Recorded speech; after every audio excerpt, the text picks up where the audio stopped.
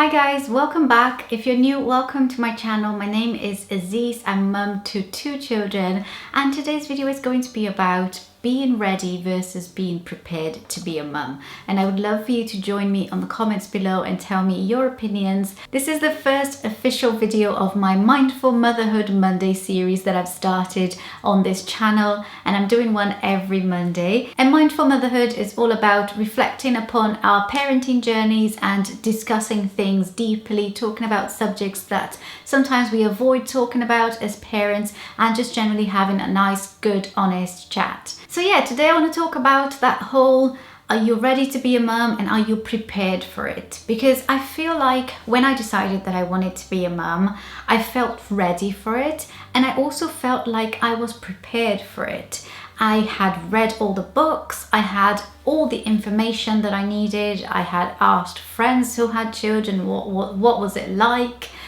I googled, I did everything that I could possibly think of to do before I had kids.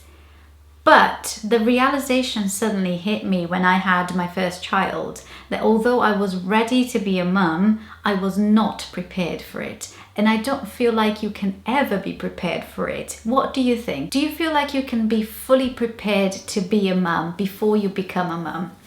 At least personally, I don't feel like I could have ever been fully prepared for what motherhood brings. And that was the biggest shock for me. When I was pregnant with my first child, I felt like I was ready to be a mum, and I felt prepared for it, or at least I felt prepared to learn on the job, the whole learning on the job thing. But it's just not as straightforward as learning a subject in uni, or learning a new skill, or learning a new language, is it? Learning on the job as a parent is probably one of the most mind-boggling experiences I've had in my life. Probably the most mind-boggling experience in my life. And obviously I have friends and family that can help me and give me, experiences that they've been through.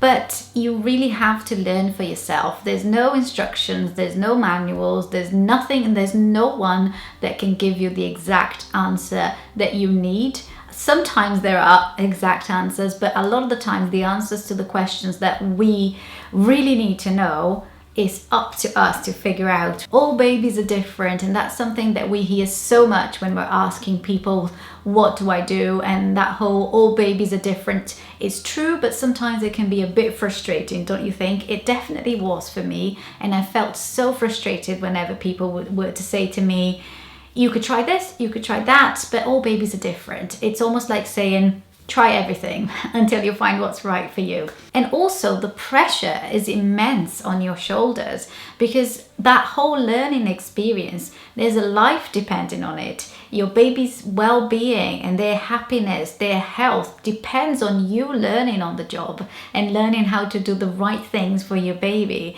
And I don't think there's ever that amount of pressure on learning anything other than on parenting, that you feel that utter responsibility that the life of the person that you care the most relies on you learning and knowing what to do. So there were definitely things that I wasn't prepared for, and I couldn't have been prepared for. It doesn't matter how much information I had, how many seminars I attended, how many people I asked what to do. I just couldn't be prepared for them. And now I'm going to share with you my top 5 things that I was not prepared for. I would love for you to share the things that you were most unprepared for as well in the comments below. And if you're on social media and you want to share on social media, please use the hashtag Mindful Motherhood so that I can find all your answers and then I can repost them on my stories. That would be really good fun. Number 1, I wasn't prepared to feel the way I felt when my baby smiled for the first time.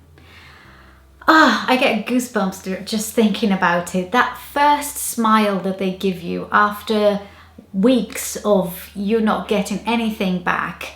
Isn't it just the most heartwarming and delightful feeling in the world? Like that first smile, and then every single one after that, I had to take a picture. I probably have about 1,000 pictures of my baby doing like a semi-open mouth smile, because to me it was the most special moment in the world, and it was that feeling of I'm doing something right, and yeah, my baby is happy, and look at that smile.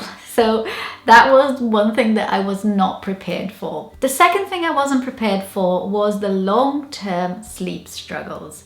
Because all I heard when I was pregnant from friends and people who had children, it was like, oh yeah, it lasts for about 6 months and then they're fine. Or yeah, maybe they take about 9 months, you know, but they'll crack it, they'll figure it out. And my kids just weren't like that. I know some kids are easy sleepers. Mine just were not easy sleepers. And I was not prepared for that. I wasn't prepared to not sleep for a whole 2 years. And that's what happened with my first child.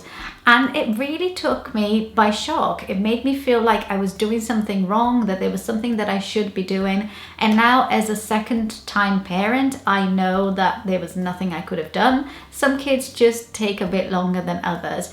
But I wasn't prepared for that long-term struggle and feeling like this was never going to end and my life is going to be 2 hours sleep forever and ever.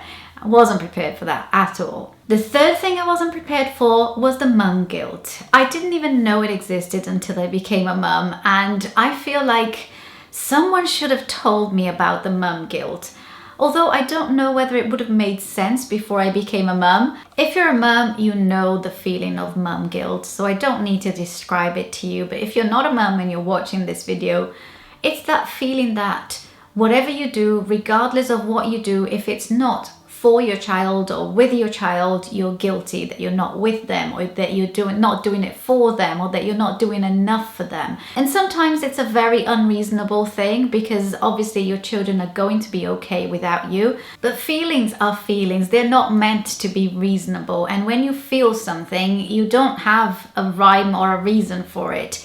It is just your emotions and how you feel. And that mum guilt just carries on, doesn't it? It changes from, you know, breastfeeding, bottle feeding, to then starting school, and all of these things just make us feel so guilty. And I was not prepared to deal with the mum guilt. It's been 3 years of dealing with it, and I know I've got better over the years on how to deal with it and how to not feel so guilty, or even if I do feel guilty, how to make myself feel like it's okay to feel guilty, it's normal. But it does take a while to get used to it. It did for me. The fourth thing that I wasn't prepared for was to feel so overprotective over my children. I never thought I would be that parent. My mum is really protective over us, and I thought she was just generally an overprotective parent.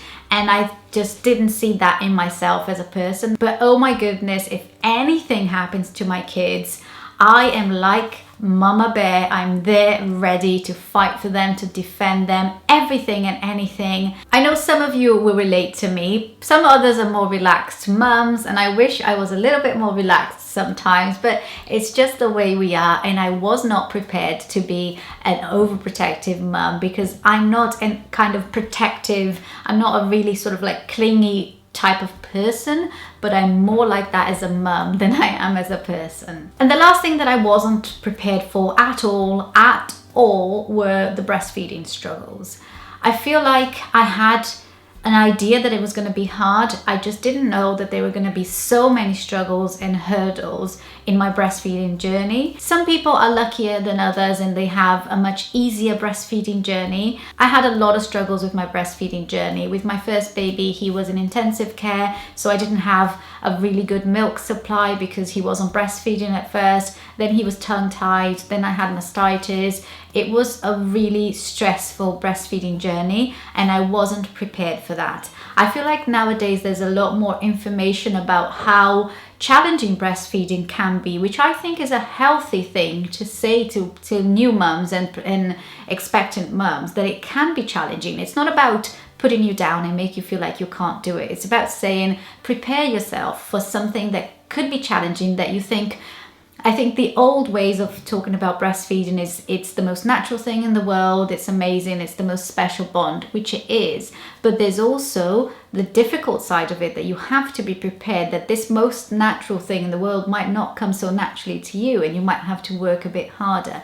And I feel like that's what I needed that I didn't have at the time. It was that information about how hard breastfeeding could be.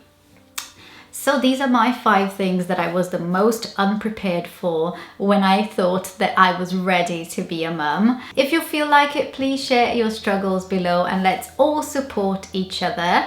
I hope you enjoyed this video. Please give it a thumbs up if you enjoyed it, and share it with your friends if you feel like they might find it interesting, and tell them about Mindful Motherhood Monday and to come back every Monday for another video like this one. Don't forget to subscribe if you're new, and I will see you all in my next video. Bye! That was high-pitched. Bye!